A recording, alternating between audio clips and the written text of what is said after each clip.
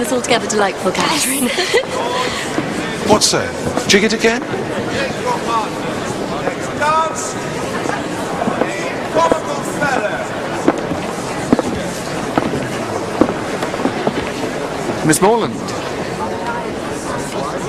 allow me to introduce Ella, my sister. Your sister? Oh, yes, I'm very happy to meet you, Miss Tilney. And are you? Henry has told me so much about you. You can't imagine how surprised I was to see your brother again. I felt so sure he's been quite gone from Bath. Ah, yes. When he saw you before, he was here to engage lodgings for us. He only stayed the one night. Oh, I see. Your brother dances very well. Yes. And he's very amusing. Yes, he is, when he cares to be.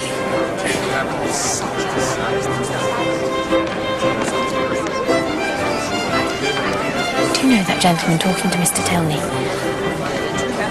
That's our father, General Tilney. He looks as if he were displeased with us. It is only his way.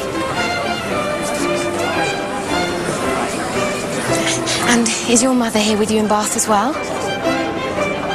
Our mother is dead. So this is your first time in Bath. Do you like it? Very much indeed. There are some very pretty walks round about. Henry and I walk most mornings. Should you care to join us one day? Yes. More than anything in the world, I love long walks. Though I can't persuade my friend to join me.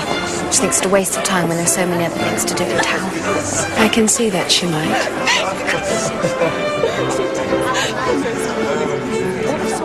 In that case, shall we say tomorrow at 12, unless it rains? Yes, Catherine. You simply must hear this. Come quickly.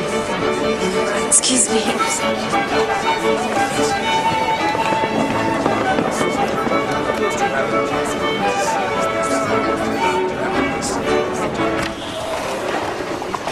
Make haste, Miss Morland. Put on your hats, there's no time to lose. We are going to drive to Blaze Castle. Mr. Thorpe. How do you do, Miss Allen?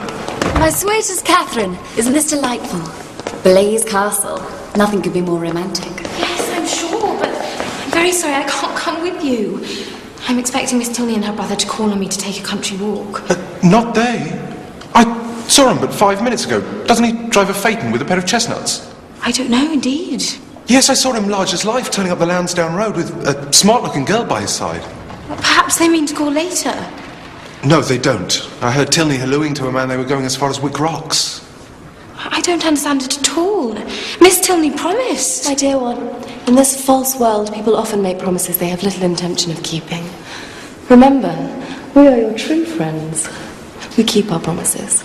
Yes. But what if they should come after all? My dear little scatterbrain sister, haven't you just heard Thorpe tell us? They're halfway to Wick Rocks.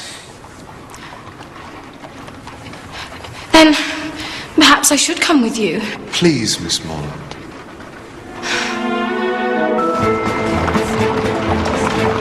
Goes very nice, doesn't she? Smooth as silk. How do you do, sir?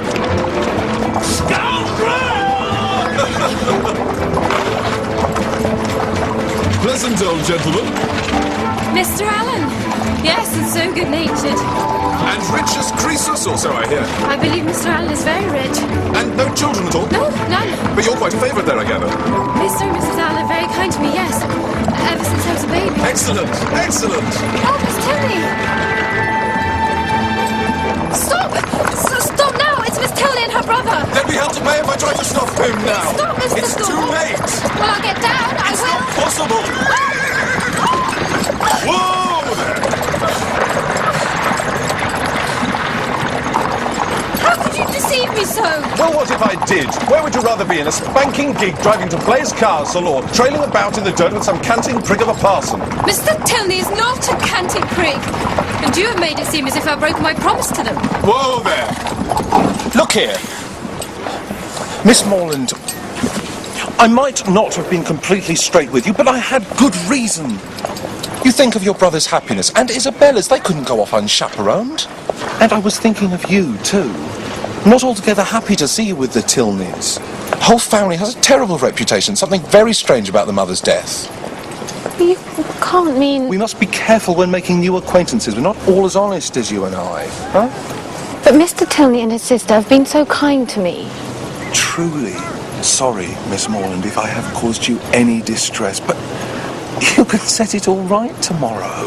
Let's at least try and enjoy ourselves today. Damn it, I've been looking forward to driving you out more than anything. Come on, what do you say? Very well. Whoa. Everything all right, Thorpe? Absolutely.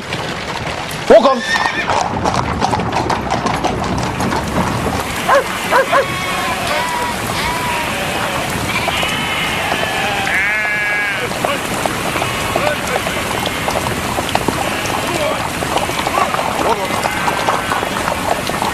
I say, sir, your sheep, please.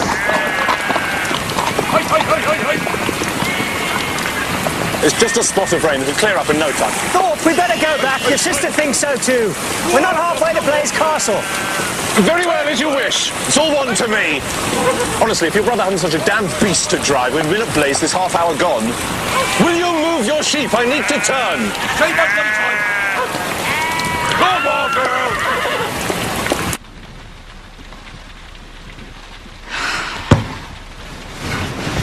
Lord, what would the men think if they could see us now? How can I ever face the Tonys again? Now, you mustn't be cross with John, dearest one. Do you know he told me he liked you better than any girl he had ever seen? And he thinks you're the prettiest girl in Bath. Don't know why you should think that. No need for false modesty. Now, how far have you got on with Udolpho? I've just got to the Black Veil. The Black Veil. Well, I wouldn't tell you what's behind it, not for the world. And when you've finished it, you will read The Monk. That's my brother's favourite, you know. Oh, yes, he spoke of it. Is it really very horrid? It is the most horrid, shocking thing in all the world. Ambrosio, the monk, begins very holy, but is drawn into vice by Matilda, and she gives him a magic branch by which he can pass through walls and into Antonia's bedchamber. But it is too shocking. I should blush to tell you. You must read it yourself. The friar pronounced the magic words, and a thick smoke arose over the magic mirror. At length he beheld Antonia's lovely form. She was undressing to bathe herself, and the amorous monk had full opportunity to observe the voluptuous contours and admirable symmetry